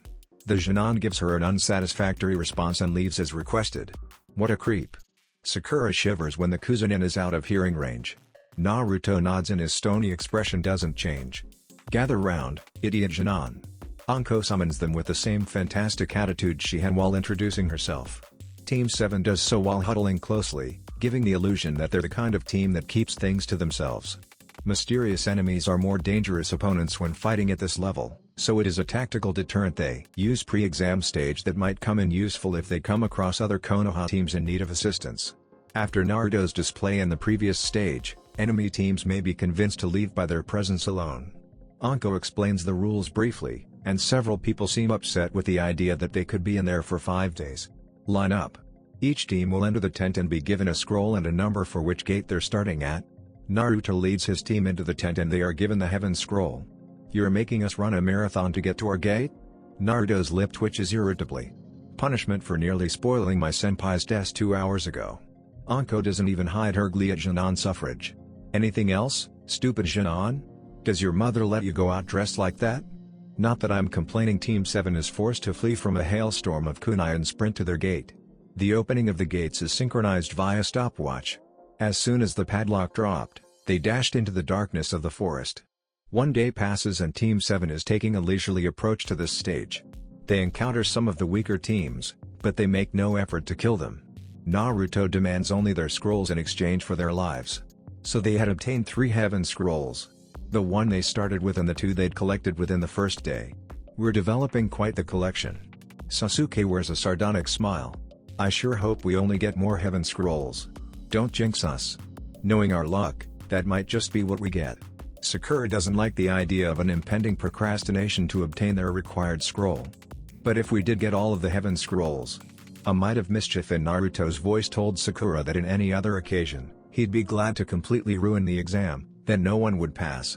Anyway, listen. Naruto's voice changes to something more serious, and it gains the interest of his teammates. There's this girl, a redhead who's wearing glasses. She's part of the other Kusagaku team. I'm abducting her. A few seconds of confused silence passes. What? Sakura shrieks at him. What the hell would you need to abduct someone for? She's an Uzumaki. I'm certain of it. Naruto appears dead serious. I'll grab her and keep her from Kusagaku by any means necessary. You know damn well it's not that easy. Sasuke retorts sharply. You can't just take a foreign kunoichi. Look what happened with Kuma the last time they tried. It'll be an international disaster for Konoha. Family or not, you can't just make rogue efforts for the sake of bolstering your clan. You could be arrested for sabotaging Konoha, or worse. Naruto is inwardly disturbed about Sasuke's outlook on the situation. Surely he of all people would understand his desire to unite with his clanmate, and protect her from these scum foreigners? I damn well can take her when she's my family. Naruto's brow furrows deeply in anger, and it makes Sakura visibly nervous. Sasuke glares right back at Naruto. Do you even understand what you're saying, you imbecile? I understand perfectly. Konoha has a duty and obligation to save Uzumaki refugees, and I am going to make sure that agreement and alliance is still being honored. We could go to war with Kusagaku. Innocent Konoha Shinobi could die at the hands of Kusa for just one girl. Naruto's chakra explodes out of him and cracks the branch they're standing on, making Sakura reel back in fright at his anger. Then I will slaughter those pigs myself. I'll kill anyone who dares to defy me. Sasuke grabs Naruto's shirt aggressively and looks him in the eyes. My brother murdered my clan to get what he wanted. An action like this will put innocent people on the line. Are you willing to have that on your conscience, Urk? Sasuke is cut off by Naruto picking him up by his neck in one hand, strangling Sasuke. Do not compare me to a traitor that murdered his family and betrayed his village. Naruto snarls viciously. My decision to save that girl does not just satisfy my desire to protect her, but it fulfills the agreement between the Uzumaki clan and Konoha, and strengthens Konoha by increasing the population of its premier clans and bloodlines. Her home is with her family, not in an enemy nation where she will be only of use in aiding the destruction of Konoha Shinobi. Naruto throws Sasuke backhandedly into the trunk of the giant tree, right next to Sakura. Konoha has an obligation. What makes you think Sasuke coughs weakly? That she even wants to be saved? What makes you think Konoha won't just cut you loose? You might be strong, Naruto, but you overestimate your value to this village. If the higher-ups think you're not worth the trouble, then you'll be all alone against the whole village. Sometimes people don't know what's best for them, and as the strongest it is my right to decide it. I am selfish enough to pursue my desires, and I will take on the whole world if I have to in order to get what I want. You're mad. Sasuke says in utter disbelief, while Sakura tends to him at his side. They're both wide-eyed at the sheer selfishness and arrogance Naruto is displaying. Only from the perspective of a weakling, Naruto spat out. You disappoint me. You of all people should understand me right now. Sasuke Sharingan whirls and his face shows hatred at Naruto. Naruto takes a few deep breaths while Sasuke isn't speaking and tries to calm down. Then, he senses a huge influx of futon chakra. He turns to see branches in the canopy of trees part rapidly by near-invisible force, but they are blasted apart and the moss growing on the tree bark rips off, signifying the approach of a jutsu too fast and powerful to conventionally counter. Get down. The jutsu slams directly onto their branch and shakes it so violently that it cracks and falls. Team 7 regain their senses and leap from the falling branch to the next. Naruto looks in the direction the jutsu came from and sees only the controlled path of destruction. He uses his mind's eye of the Kagura to sense the impending arrival of the Kusanjinan that spoke to them yesterday.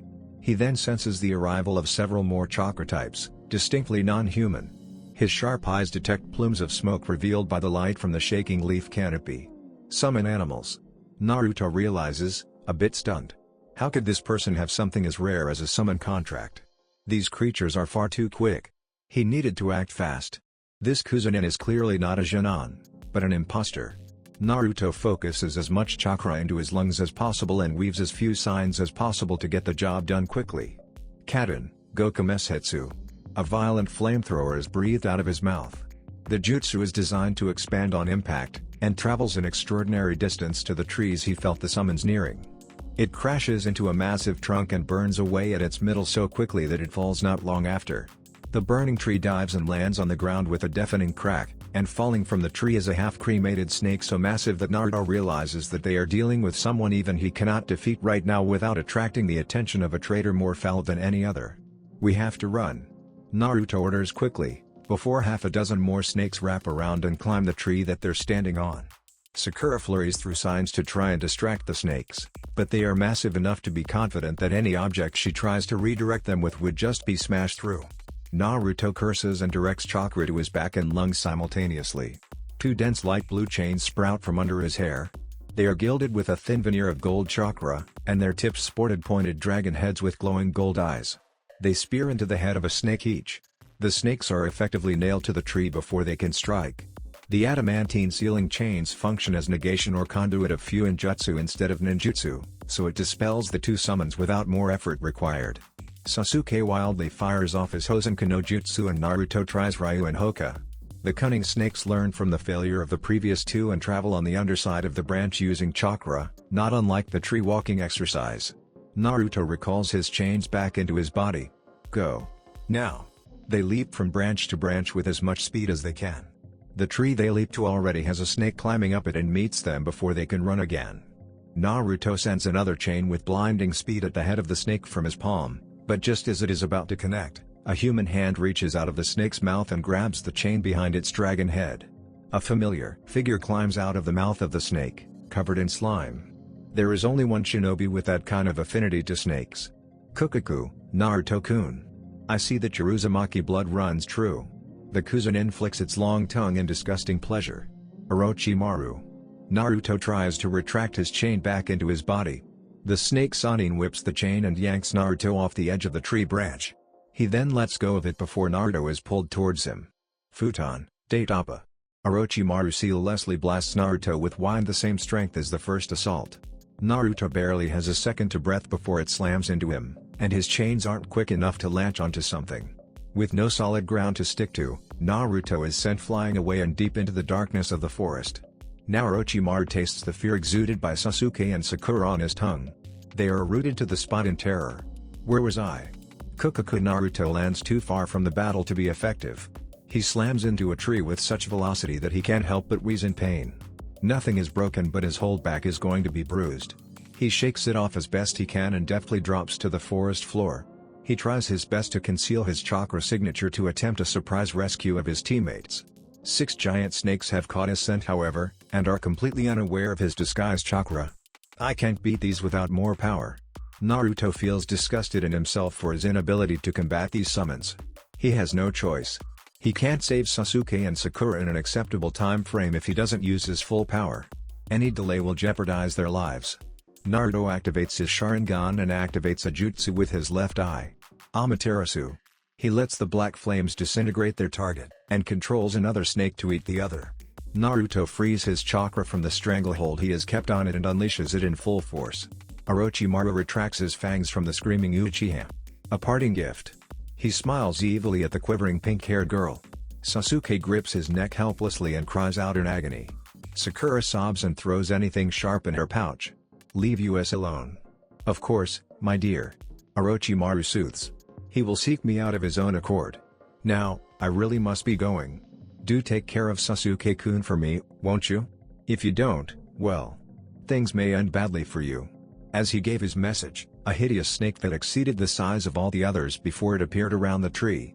It has zipped up with terrifying speed and left Sakura believing her end is imminent. The monstrous snake opened its maw, and it looked to Sakura that it is about to strike. But there is no snapping motion to end her life. Inside the mouth of the summon is Naruto. What? Orochimaru is uncharacteristically stunned. Naruto is on a tiger sign when he is revealed. Kaden, Goryuken no Jutsu. A massive dragon head erupts from Naruto's mouth. It rapidly expands and hits the branch Orochimaru is on with such concussive, burning force that it virtually disintegrates. Orochimaru is quick enough to leap away with unnatural agility, but the surprise attack has forced him to abandon his taunting. The remains of the branch fall far to the forest floor and landed with a deafening thump. A child using another jutsu like that? Orochimaru narrows his eyes. That jutsu was near the size of the head of that snake by the time it hit its mark. And he could sense a genjutsu on the snake, keeping it in line. The boy's eyes were shut, possible from the strain of controlling such a creature. Kaden Naruto's chakra is already set, it needs no further seals to send another jutsu. Goryuken no Jutsu. Again? Orochimaru was intrigued. Placing a summon animal under genjutsu and then firing another B-rank jutsu was far too unusual for a young boy. Perhaps this boy's strength would be enough to make Sasuke crave more power. Perhaps his manipulation needed less effort than he thought. Orochimaru leaps to a higher branch before the Kaden can turn him into ashes. Most impressive, Naruto-kun, Orochimaru hissed, mouth forming a sick smile around his long tongue. I see that Sasuke-kun has much to live up to if he wants to use you as his stepping stone. Perhaps I'll test you a little more, I am always in need of strong disciples. Die, filth. A light blue ribcage manifests around Naruto and he leaps out of the snake's mouth. He sends the snake to devour Orochimaru while large skeletal hands pick up Sasuke and Sakura in each. Naruto leaps away and focuses his real hands into a ram sign. An intriguing jutsu. Orochimaru is forced to tend to his wayward summon and defeats it with an adjustable length sword from his mouth.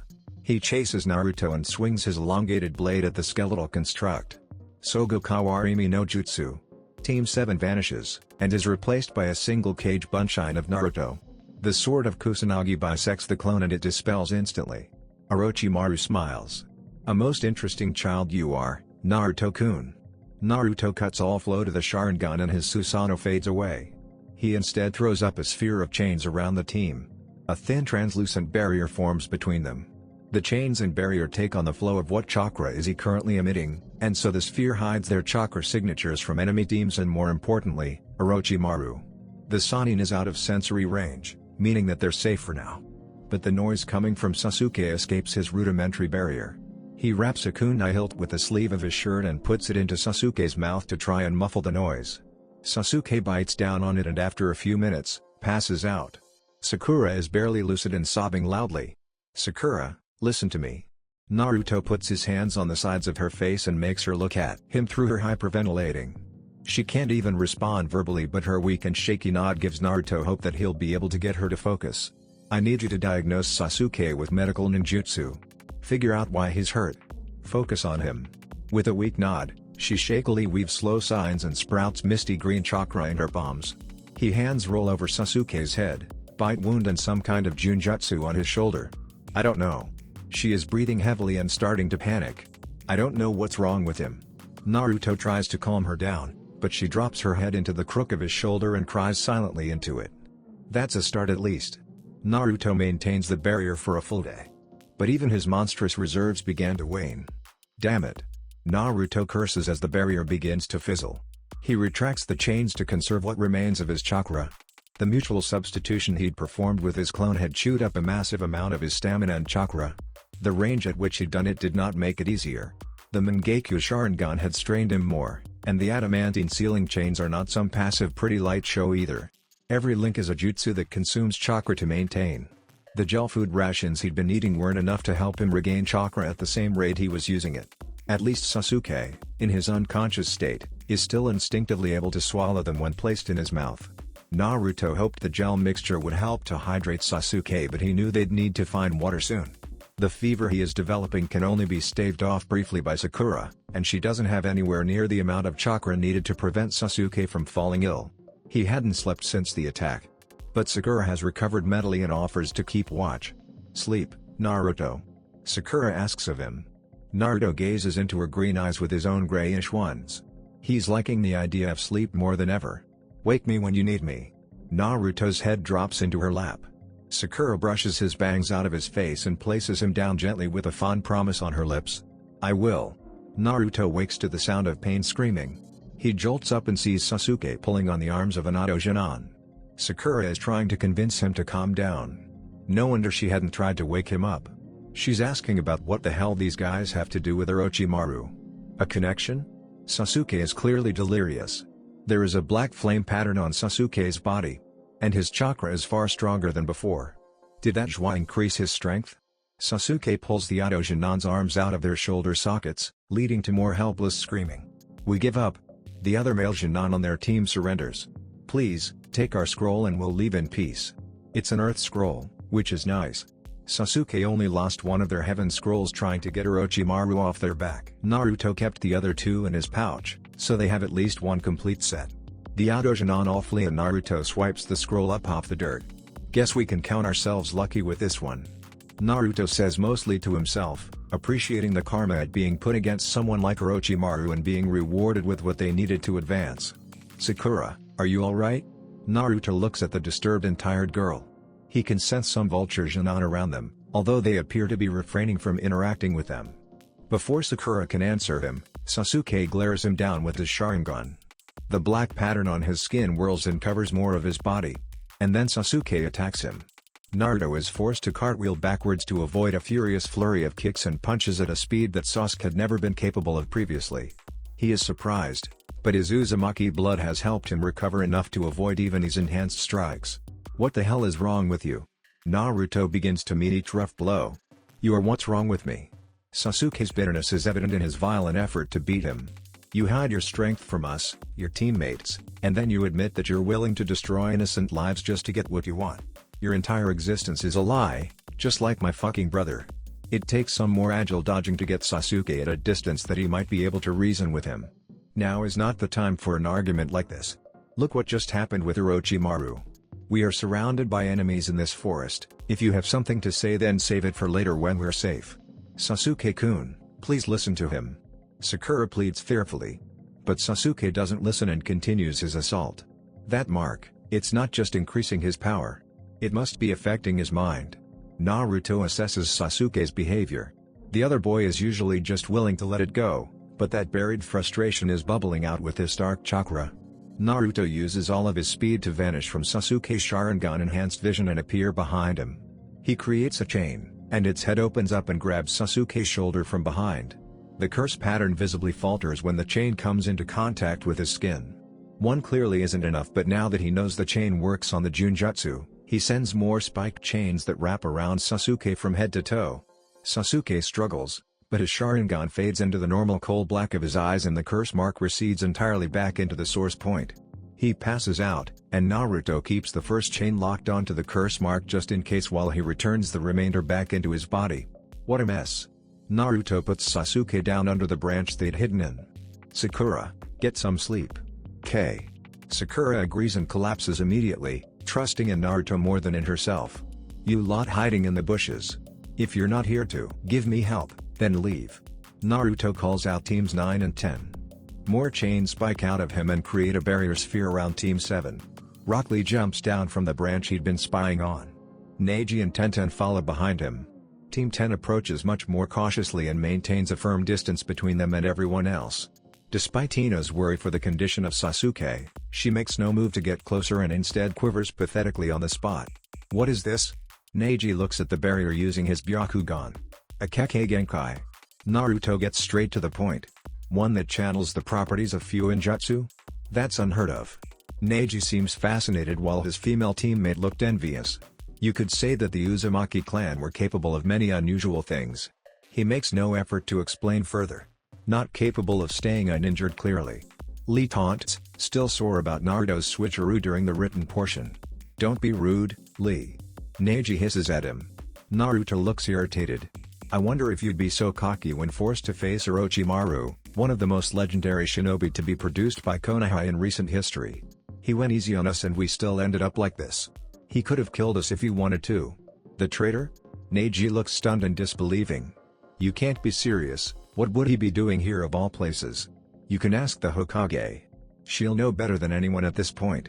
Naruto doesn't much feel like explaining the possible connection between the intel they gathered on Otogakure and Orochimaru's appearance, especially when he doesn't know all of the facts. Nara. Naruto barks loudly at the Shire group. Why yeah? Shikamaru asks back hesitantly. What scroll do you have? And do not lie to me. Earth. Shikamaru replies guilelessly.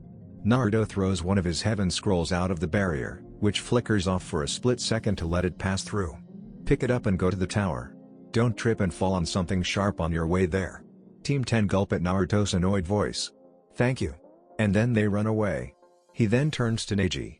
I take it that you don't need a scroll seeing as you didn't just steal that one. We have both. Then you shouldn't delay. What about you? Neji appears to be more at ease around Naruto now that he's witnessed him being nice to another team. What Sasuke and Sakura need right now is rest and some quiet. I'll get them to the tower before the time limit is up. Lee looks like he has more to say, but Neji is the de facto leader of their team and he calls the shots. Good luck, Uzumaki-san. I hope to see you at the tower. Naruto gives the politest wave he can manage. A gift to Neji for being the least insufferable person they've met in this exam so far. He looks up at the darkening sky through the dense foliage of the forest and sighs. How troublesome. It's noon on day 4 and Team 7 is slowly approaching the tower. Sasuke fades in and out of consciousness, forcing Naruto to carry him around. The curse mark victim doesn't speak to Naruto while he's awake. He just ignores the Uzumaki before conking out repeatedly. But he's willing to bear the burden of lugging around this useless sack of meat. because he has been given the opportunity to achieve his own goal in this exam. He has sensed the presence of a strong chakra and he knows exactly who it is. It is giving a signal of distress, so he has to act quickly. Let's go, Sakura. Naruto starts to run in the direction he senses it coming from. Gimme a break. Sakura groans but chases after him. Naruto dashes nimbly over roots and rocks and he finds his quarry being attacked by a gigantic bear. Blue chains shoot out of his palm and arm, which bury deeply into the tough skin of the bear. The last chain hits its head when the bear is immobilized, killing it before it can suffer for too long. He uses the control he has gathered to sever the tips of the chains off and retract them so he wouldn't get covered in blood. He lands in front of his Uzumaki. I've been looking for you. Naruto's grin scares her. She is stuck to the spot in pure fear. Please don't kill me. I won't kill you, or hurt you. What's your name? Naruto soothes gently. Karen. She cries quietly while introducing herself. Naruto, your ugly face is scaring her. Get out of the way. Sakura figures that she wouldn't be able to convince Naruto to stray from his plan, so she'd just indulge him until someone more qualified could talk him down. Hey, I'm Sakura. Look, we're not gonna hurt you. Naruto wants to protect you, that's why we're here. Sakura puts on the best smile she can after her own horrifying adventure in this damn forest. Karen nods silently. Let me do a checkup. Sakura's hands glow brighter now that her chakra has mostly restored.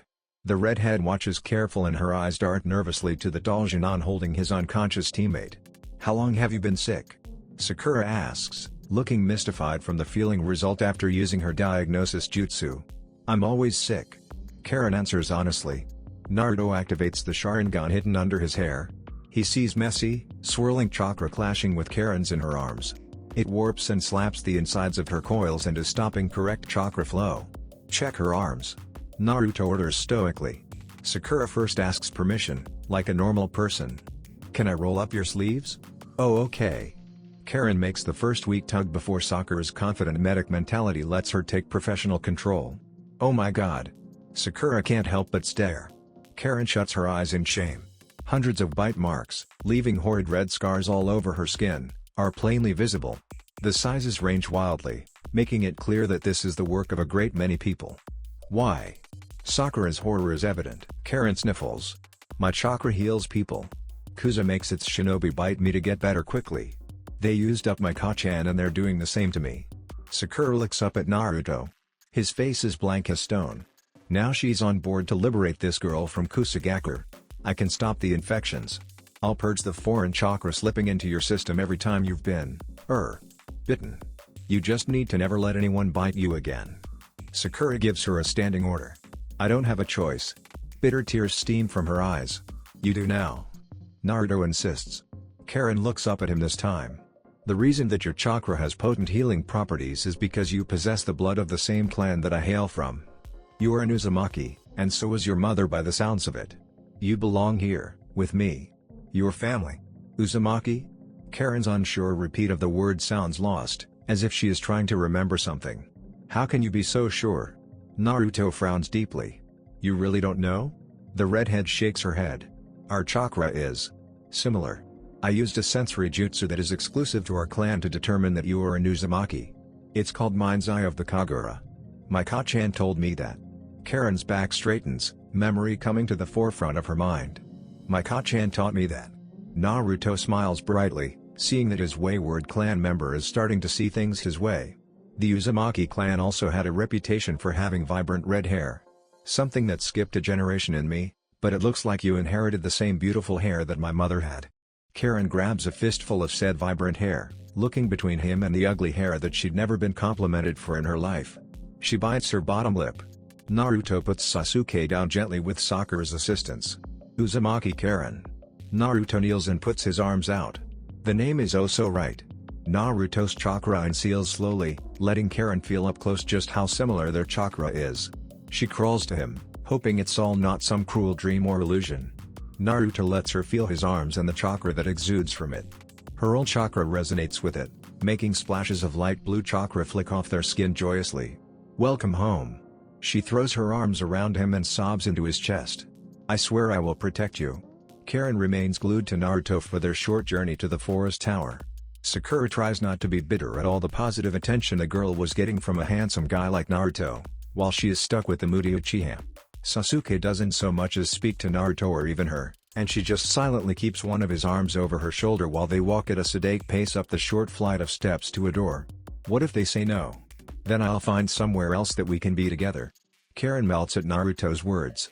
She quickly discards the Kuza forehead protector and leaves it littered on the cold ground. Sasuke's fist clenches, but he still refrains from speaking. They make their way in through one of the many surrounding doors and come across a riddle written on the wall. It's quickly figured out that they need to open the scrolls in order to progress.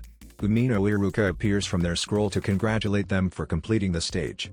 He sasses Naruto on his abduction of an enemy shinobi, and Naruto is tired of people giving him the good argument when he has definitely decided to be bad. Killing intent erupts from him and silences Iruka, who is forced to let them pass and run off to tell someone stronger than him. And unfortunately, he had time to go and find the Hokage herself, who is present to watch the next part of the exams. You and I will speak. Now. Naruto tugs Karen along with him, and Tsunade leads them to a private basement floor. Tsunade, however, is disturbingly agreeable to letting Naruto do as he pleases. But she has conditions. And an explanation. Given the fact Sasuke was whining about these Uzumaki going to war, I take it you know a bit about the Uzumaki clan. Probably as much as you do. I'm willing to honor the alliance. Tsunade's words are a weight of Karen's shoulder. However, you will tell me how you know these things. I will, once you give me a public space to flaunt my power at the enemy publicly. Tsunade smiles at his stubbornness and manipulative nature. It reminds her of herself, actually. A little conflict will do this village some good. Especially the younger ones. Naruto looks confused. But you're the one who ordered us to help the weaklings? She looks at him with a raised, delicate brow for an explanation to his reaction. You had us help them. You weakened them by taking that conflict away from them in the first place. She actually smiles. I knew that letting you learn without the academy influence was a good idea. It's true. I did order such a thing, but these are promotion exams. Even when lives are on the line, it doesn't seem to come across that way to the younger generations. Real war is a better wake-up call than nearly dying in the Chunin exams. Better that they learn the real lesson sooner, and let Konoha remain on its pedestal of high morality by honoring a long-standing tradition with the Uzumaki clan. Naruto carefully takes in her words. You are already expecting war with someone. Even without my decision to take Karen. Karen looks completely lost. She doesn't appear to be capable of understanding the nature of growth in conflict like Naruto and Tsunade.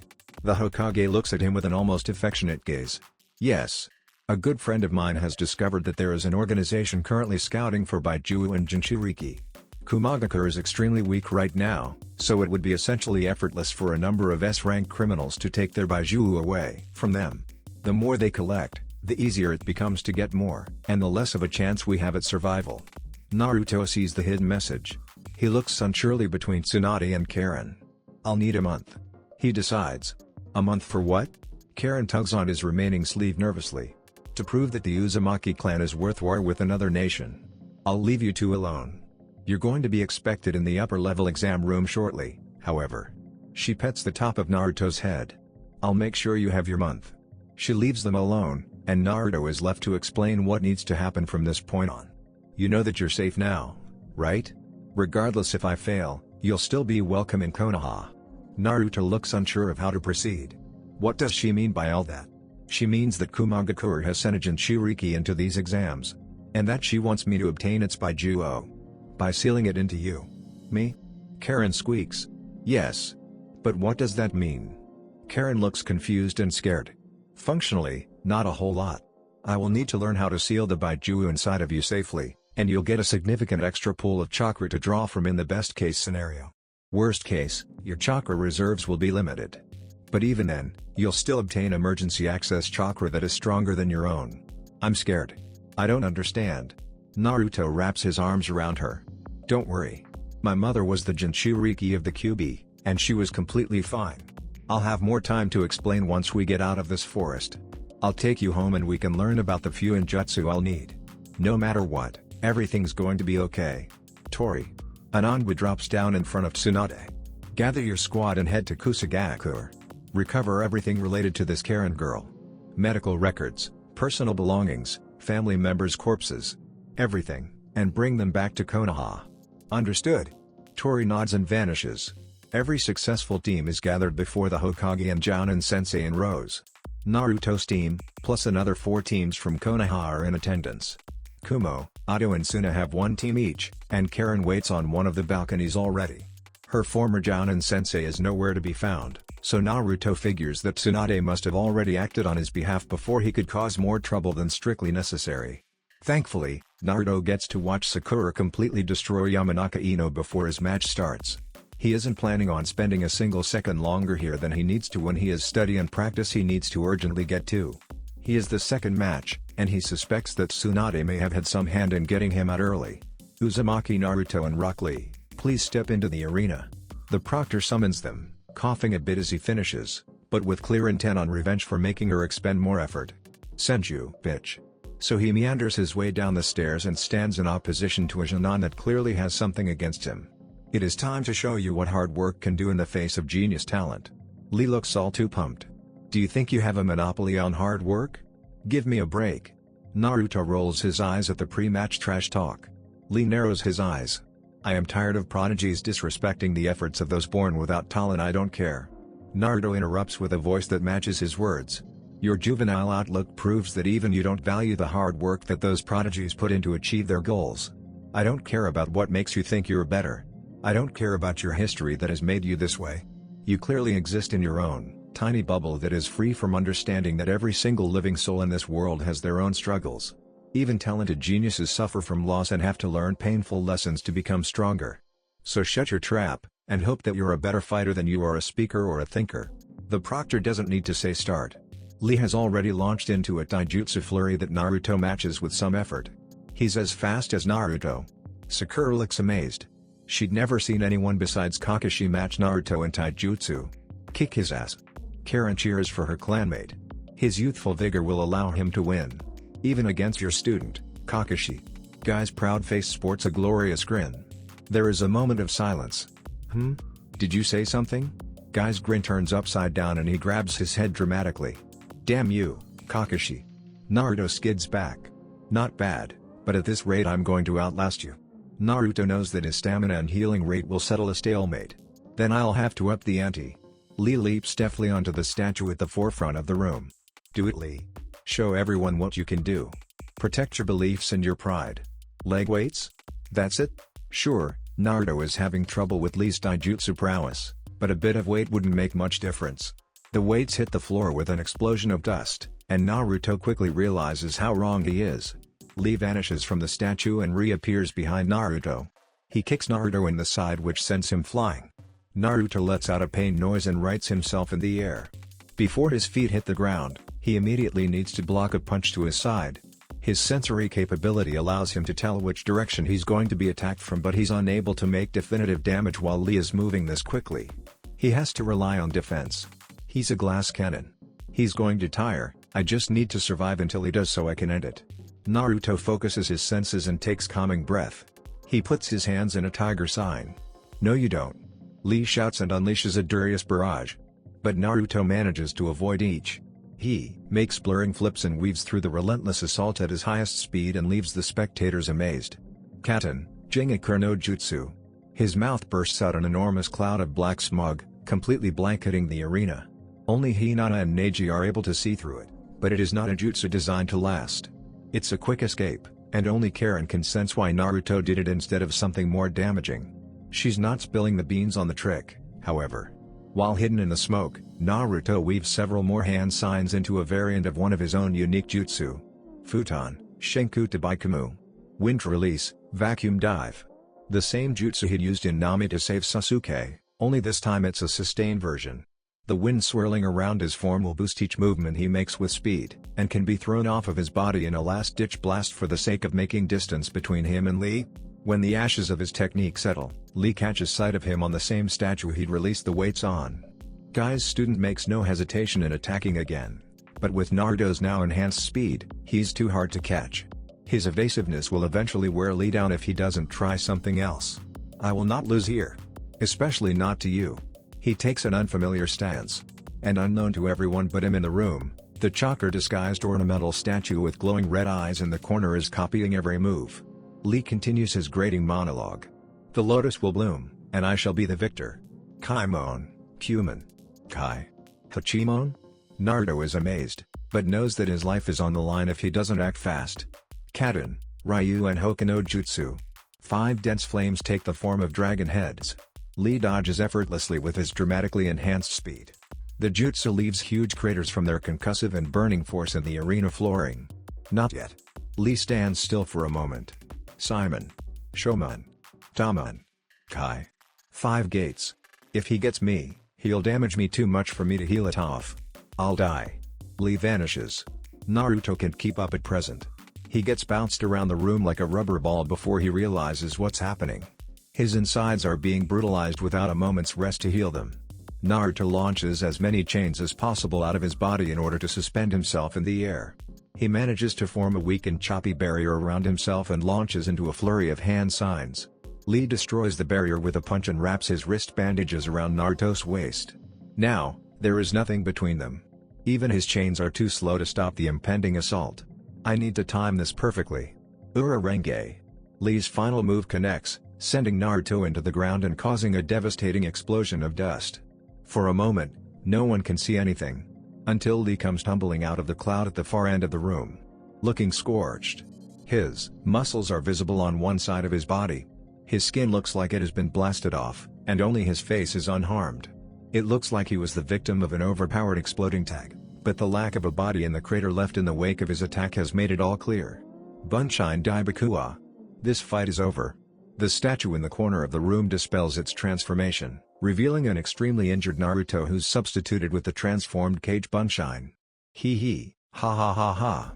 Naruto's exhilarated laughter is the only noise that is heard in the silent aftermath.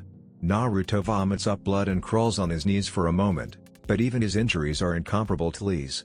The winner is Uzumaki Naruto. The coughing proctor announces. A trio of medics run to Naruto and the remainder to Lee. But Naruto is already standing up.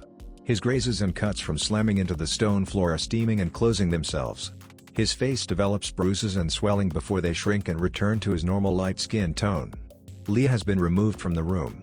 In the 10 minutes it took to prepare him for transport and for Naruto to walk back up the balcony to his Uzumaki, he had nearly healed from his fight with Guy's protege. You're unreal. I was scared. Karen throws her arms around him. Naruto's ribs are broken and he lets out a guttural noise of pain from his throat. The medics take him away to tend to his broken bones and Karen follows. Neither see the following fights. Every Genin in the room looks like they don't understand what just happened. Kurina and Asuma are becoming increasingly unsure about having their teams participate. As do their students. Kakashi doesn't feel any closer to unraveling the mystery of his sensei's son. And the Hokage simply smiles. That's it for this video. I hope you all enjoyed the video. Don't forget to like the video, subscribe to the channel, and follow me on my other social media accounts. Anime God here, and I'm signing off.